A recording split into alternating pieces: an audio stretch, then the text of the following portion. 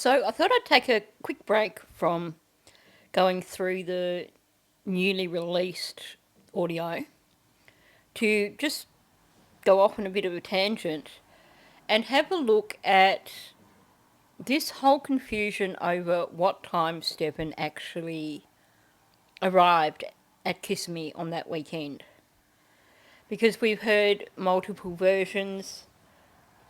We've even heard, well, we believe we heard from the neighbours of Jen that he was there on the Saturday sitting in her car. I've listened to that and I'll go through that as well. But we've heard different accounts from the Stearnses, from Chris and Deb, from Jen, from Stephan, from the neighbours. And I think after yesterday's video, I think there were quite a few of us who were just like, what's going on? What's the story? So I thought it was probably a good time to just stop and backtrack and have a look at what has actually been said.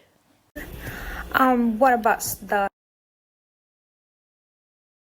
I hadn't seen him since last year. He wasn't here around last year, and this year we saw him about a week and a half ago.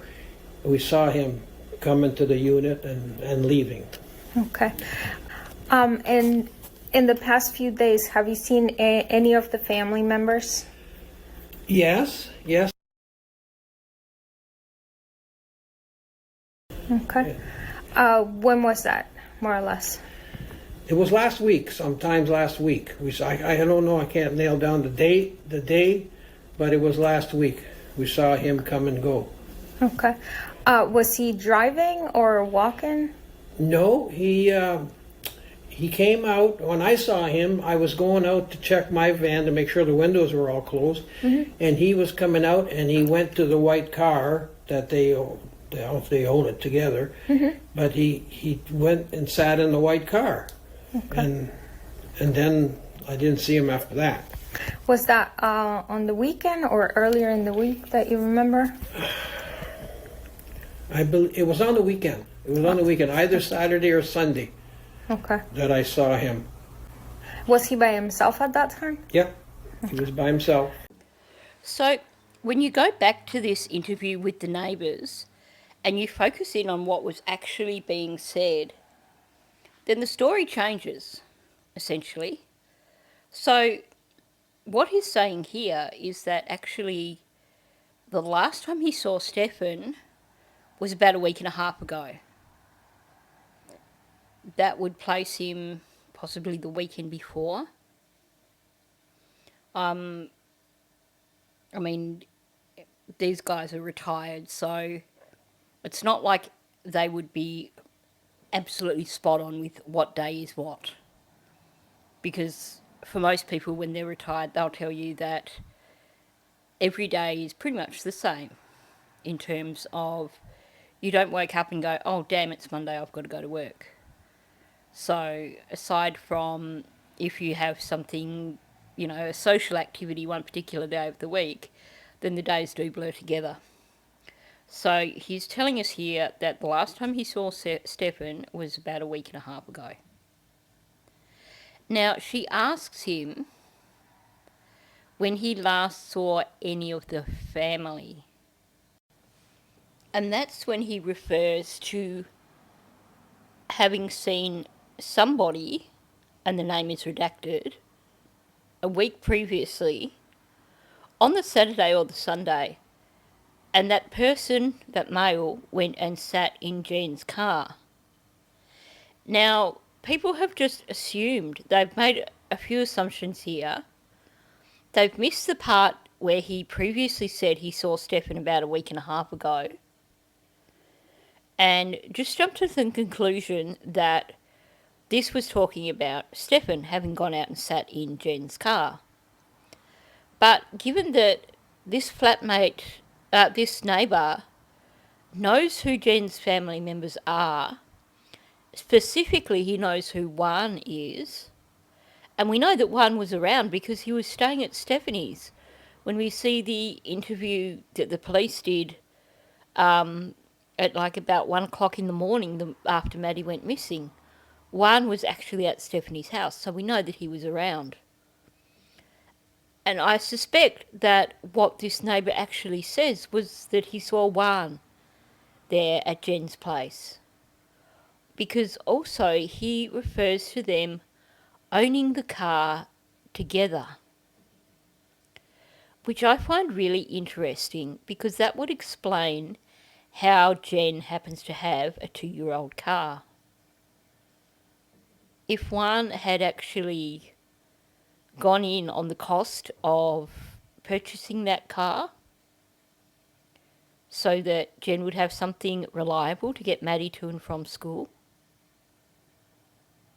then that would make sense what they're saying here. So it actually sounds to me like where we thought that the neighbours were saying that they saw Stephan sitting in Jen's car on the Saturday, what has actually been said here is that, first of all, they saw Stephan about a week and a half ago, and that secondly, they saw somebody from the family who was a male, and that male went and sat in Jen's car, which that person happens to jointly own with Jen. Given that Jen is living in Juan's townhouse, virtually rent-free, it would make sense to me that he had also purchased her a car.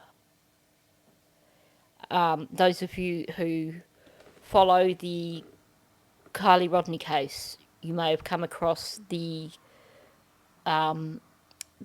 woman, Megan Cole, who inserted herself in the case quite early on and then even set up her own YouTube channel to get more attention. And one of the things that we learnt about her was that she's never this is a woman in her mid-40s, she's never purchased a vehicle for herself. Because any time her car starts getting old, or if it needs some major work done on it, her father just goes out and buys her a new car. So we know what happens. And, I mean, we know that Juan dotes on Maddie. We know that Maddie was going to an out-of-area school and therefore needed to be getting lifts to and from school. And I guess if Juan had moved out back in 2020, then he wasn't around there to help out and give Maddie rides to school when Jen couldn't. So maybe Jen had an old clunker that needed to be gotten rid of, and Juan just went, okay, well, so that we can make sure that Maddie's getting to and from school, let's get you a new car. I mean, the guy's retired. He's got a townhouse that he's getting all this rental money from. We don't know if the home that Stephanie lives in is hers or his. But, I mean, it sounds like he has done quite well for himself. So that's highly possible. So I think we can now take the neighbours out of the equation when it comes to when Stephan actually arrived. Okay, so we also had Chris talking about when Stephan went to Jen's place. So that's the next lot of clips that I'm going to go through. Were you aware that, did your son come visit you on Monday morning?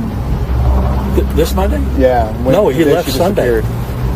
Okay. He left Sunday. No, go ahead, Evan. Yeah. So Chris seems pretty clear there. In his mind, he's certain Stephan left their place on Sunday.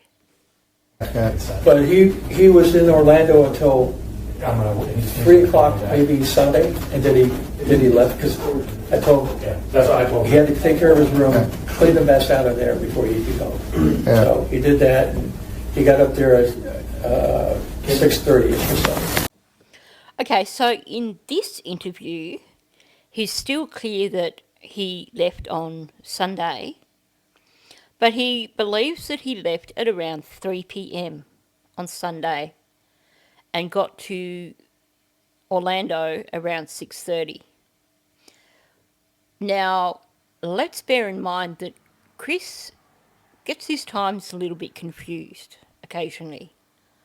So it may not have necessarily been 3 p.m. It may have, in fact, been a little bit later in the day. But it is certainly something to consider. Did he get to Orlando 2 hours earlier than what we've been told?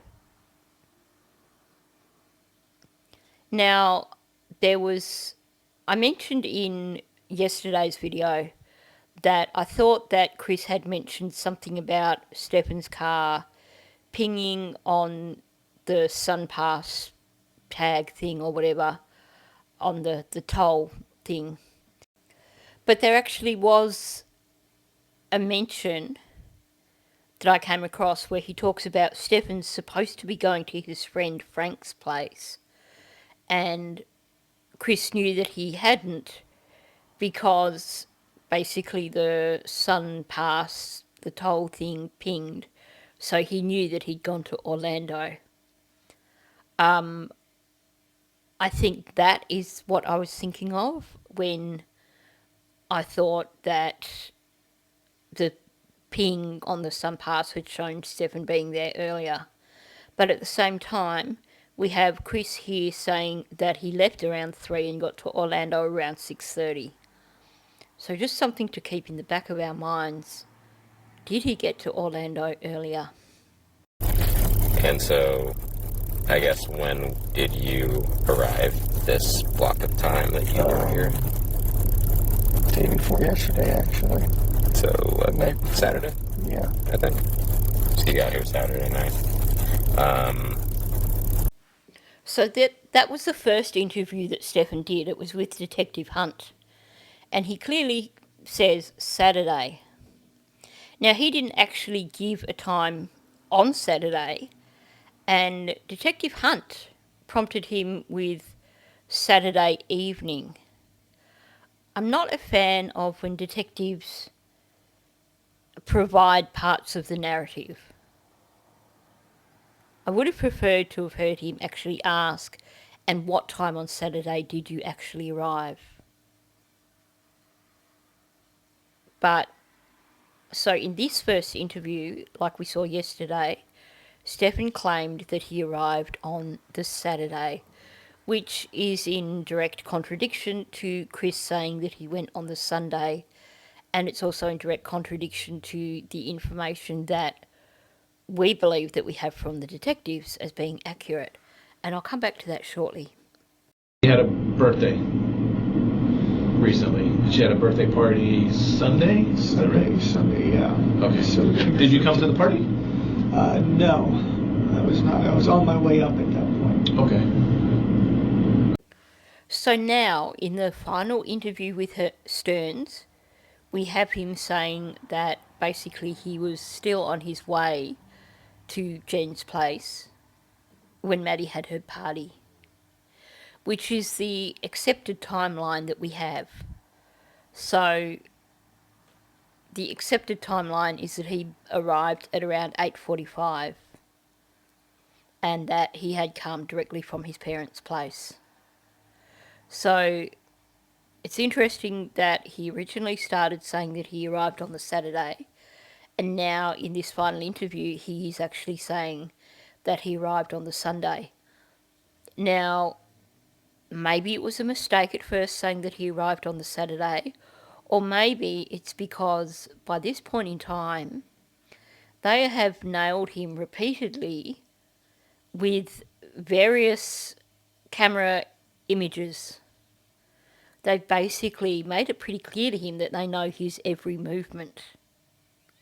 So at this point in time, in terms of locations, it becomes less beneficial for him to actually lie about something that is less significant in terms of when he arrived. But it still makes me question why the Saturday night. I will discuss that at the end of this video. Does he stay for like hours, days, weeks? I would say days. This time we had planned on him staying a whole week because I was going through training at work. So I wanted him to be here to help me with the dog, help me with the training. Okay, so this time he was planning to stay for a week. How long has he been here?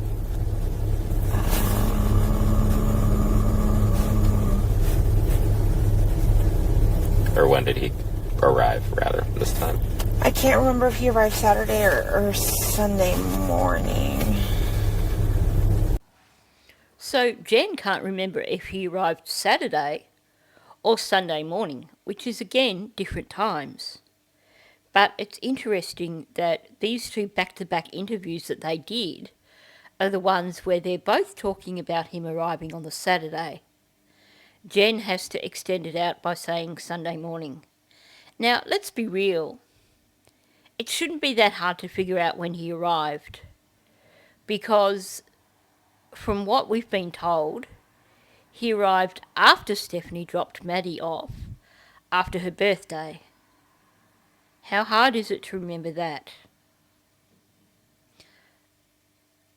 One really good point that a subscriber made with the video I did yesterday with Stearns, which goes along with what I was saying in terms of when they did these two interviews, they really hadn't had a lot of time to get their story together. They had basically gotten completely wiped out the night before. We saw on camera how very high they were when the officer turned up to question them at Jen's house. I would imagine that, well, we know that Stephan went back out again at like 3-4 o'clock in the morning back to where he left Maddie. And I would imagine that they both slept quite late because of their recreational activities. So, and certainly Stearns probably hadn't been awake up until just before this interview. Even if Jen was awake earlier, I can't imagine Stearns being awake prior to this interview. So they wouldn't have had time to get their stories together. And someone pointed out in the last video that this could be the reason why they're being really vague about when Stephan arrived. Because when they were asked this question, they suddenly realised we haven't actually squared up this part of the alibi. And if we give a solid answer, or if I give a solid answer and the other person gives a different answer, they're going to start questioning our whole alibi. So I thought that was a really, really good point, and it's probably quite spot on. The other thing that occurred to me is that given how wasted they were when they were interviewed on that like midnight body cam footage that we've seen, it's possible that they were still somewhat under the influence when they did this interview. And this could explain for some of their confusion, because their brain cells are still addled, probably still bouncing around in their head trying to figure out what they're doing. So I guess there's two explanations here for why they are so vague and why they seem to both be saying Saturday, and then Jen's like Saturday or Sunday morning, neither of which fit. Okay, what time was that party at? It started at 3 o'clock. Okay, from 3 to what time? I'm not sure. I wasn't there. I was at work. Oh, okay, you weren't there. But I know my sister was home around 8:30. Was Stephan here at that time? I'm not sure if he was here at the time, but I think he got here a little bit after. And he was like, okay, she was already doing what she was supposed to. She had taken her nighttime meds, and she was getting ready for bed, like taking a shower. So this time she's far more clear about when Stephan arrived. And let's be aware of the fact that this is after they've had that 4 hours sitting together in one of their cars while the house was being looked at. So she seems far more concise here. Yep, he arrived after Stephanie dropped off Maddie. So I do agree with the idea that maybe they just hadn't had a chance to compare stories and make sure they were telling the same story. But at the same time, I also think this is much, much later in the day, and anything that may have been impairing her in the morning would have been mostly worn off, meaning that she was probably able to think more clearly at this point in time. So it seems that the agreed story here is that he arrived after Maddie was dropped off home.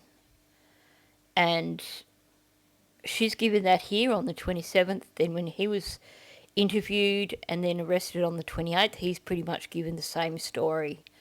But in this instance, their wordage, their verbiage, the way they're saying it doesn't match like it's a concocted story. They've both said it in their own different way. So to me, that makes me think, yep, this is what is more accurate. We've had Chris say that Stephan left sometime in the afternoon on Sunday. He thought it was around 3 p.m. Like I said, we can question Chris's timelines because he's not good with giving an accurate timeline unless he goes back and looks at messages on his phone. We have Jen and Stephan now homing in on Sunday night after the party, which definitely seems to fit with the official timeline. How long has he been in town recently? He got into town Sunday evening. This past Sunday? Yeah. Okay. And he was staying with you? Yeah. Okay. So it seems that in the interviews, the story of him arriving on the Sunday night seems to have stayed the same after that first interview where they had it confused and said that he arrived on the Saturday. We can now see that what we thought was the neighbours saying that they saw him on the Saturday is actually not accurate. They were talking about having seen him about a week and a half prior, and then even if it was talking about him sitting in the car, they specifically said that was a week earlier on the Saturday or the Sunday. But I think based on the context, they were asked if they had, when they last saw any of the family around. That makes me think it was one. So I'm going to move on now and have a look at the data from the cell towers. Now, last time I used cell tower data, there was one person who got in contact with me and told me my information was wrong and that according to the cell tower data, this was the information. So I'm going to put up the first slide and I'm going to explain it to you a bit just to try and help people understand how we are reading these. So this is the first cell tower data recording that we have for Stearns' phone that's been provided anyway. Now, there's a key up in the top left-hand corner which describes whose phone is what. Now, basically that salmony red colour, it says C Stearns because we know now that basically Chris Stearns paid for everything for Stephan. But this is Stephan's phone. This is his Motorola phone or whatever it was, the Android phone. You will also see here there is a purple and there is a light blue. The purple, when we see it, is Maddie's phone. The light blue, when we see it, is Jen's phone. The reddy maroon house is, of course, the apartment in Kissimmee. Now, looking at the cell tower information for Stearns' phone, this is at 8:10 on the 25th. At the top of that apex there, that's the location of the cell tower itself. And then you have that, not even a half circle, a part of a circle. And basically what it's telling you there is that the location of the phone, it's not pinpointed, it's not stationary, it falls within that sweep. So if you were to look at this in the documents, you may in fact see that there are several of these images going from like 8:10 to 8:11 to 8:12, where the images appear not to change. It's not that Stephan wasn't moving, it's that the cell tower was basically picking up the phone in that particular direction. So what you do see as he moves further along is that the sweep gradually changes direction because it's following the signal of the phone. So when you see it like this, it's not pinpointing the location of his phone. It's just saying that from the cell tower, it is somewhere in that direction of that curved line. So he was somewhere on the highway at 8:10 heading towards Kissimmee. So that would put Chris's timeline wrong, and I would say that that's okay because, like I said, Chris is not good with giving accurate times. So he may have thought it was 3 p.m, but if Stephan left at, say, 5 p.m, then maybe that would fit better, or even if he left at 4 p.m. and stopped somewhere along the way. But it seems pretty clear here that we're looking at him arriving on the Sunday night. So I'll just go through a few more slides just to show you a bit more. So now, this is still at 8:10, but it's getting a stronger signal, which to me says that he's closer to the actual cell tower at the time that this slide occurred. So I would say that he was probably right at the edge of the first of those sweeps at 8:10 as he progressed along the highway and got closer to the cell tower. The signal got stronger. Now, the first time I saw something like this, it nearly fried my brain trying to figure out what was going on. But basically what it is showing an 8-minute period of time. We've just looked at the previous slide, which was 8:10. And that's what you can see, the very bottom tower. That's the location that we saw, that bottom tower that you can see here on the screen now, is the location at 8:10. And you can see that it got stronger. And then over that 8-minute period of time, the phone has been picked up on other towers as it moves closer to the house. So the final ping, what would have been 8:18, is the one at the very top there, which is a smaller swing, and I would say he would have been much, much closer to the house at that point in time. So it looks confusing, but basically what it is, it's showing data for an 8-minute period of time, And they're doing it that way to demonstrate that he was actually on the move. So it's showing that the car, over an 8-minute period of time, went through several different tower zones. Now here's what I find really, really interesting.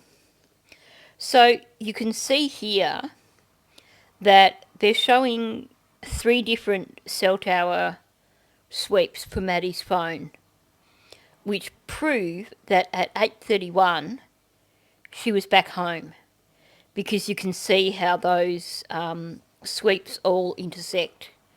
So Maddie was home at 8:31. Stephan wasn't. He was off sort of northeast. But what's really curious about that is that means that he's basically gone the long way around to get to the apartment. Because when we looked at the last slide, he was actually west of the apartment, or probably more southwest. So he's actually gone up and around beyond the apartment. Was he going somewhere to buy something for himself? Or was he stalling because he was not supposed to be seen at the apartment when Maddie was dropped off home, and then someone let him know once Maddie was dropped off? I'm not certain, because there's nothing in the data to show us what was going on here.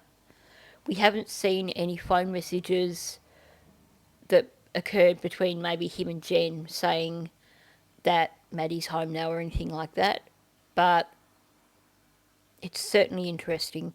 Maybe we know that that's sort of the general direction of Yolanda's house. So maybe he drove past Yolanda's house. Maybe he knew that Stephanie was dropping Maddie off and drove past Yolanda's house first to make sure that Stephanie had already gone. I don't know.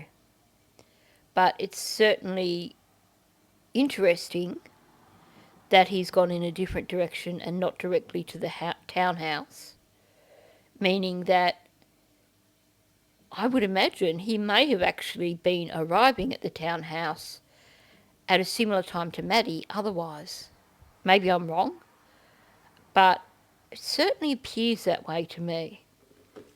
Now, if you are looking for these slides, they're in the larger of the 2 PDFs.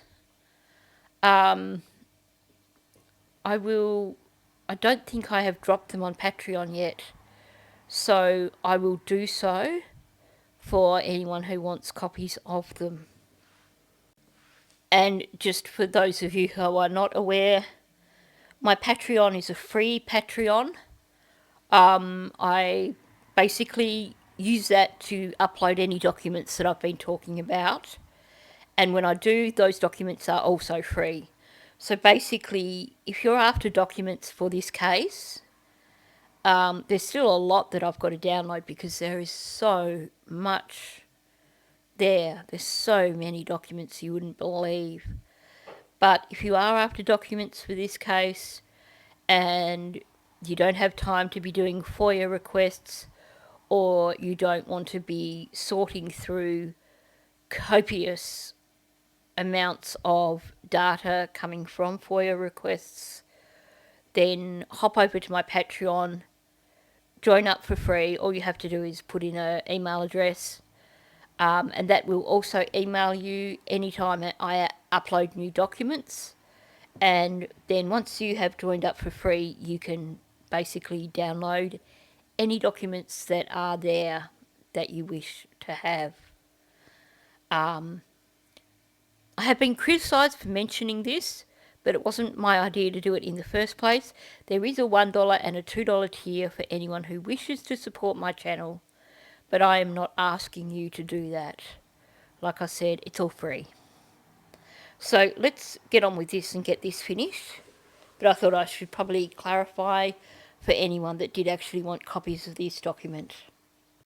So the final slide that we have here shows a time frame period of 8:44 to 8:59, and it has both Maddie and Stearns' phones pinging off the same tower.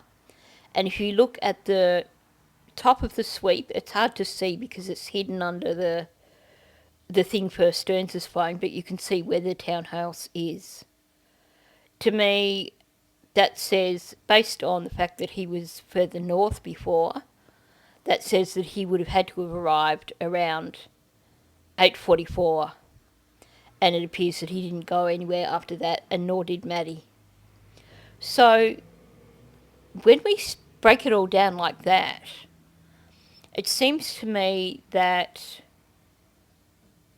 first of all, the information from the neighbours we have misinterpreted along the line, or someone has misinterpreted, and the information has been shared, Chinese whispers basically, up to the point where it became accepted that, oh, but the neighbours said they saw him sitting in Jen's car on the Saturday. We now know that's not what was said.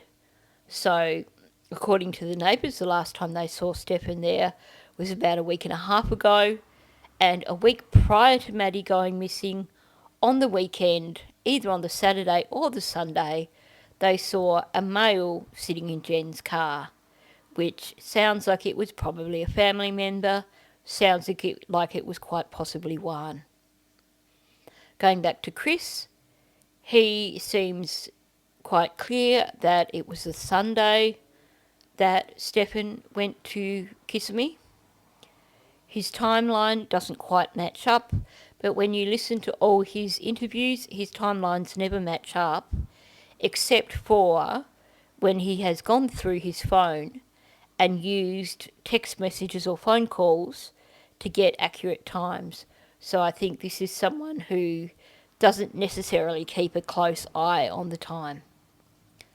We have Jen and Stephan originally saying Saturday, but then in later interviews they seem to be in agreement that it was Sunday after Maddie's party.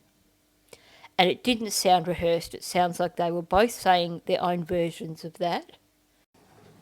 And then we also have this data from the cell phone towers, which show Stephan definitely being in transit up until 8:44 on that Sunday night. Now, obviously, since we don't see all the cell phone data, we don't know where he was prior to 8:10 on that evening.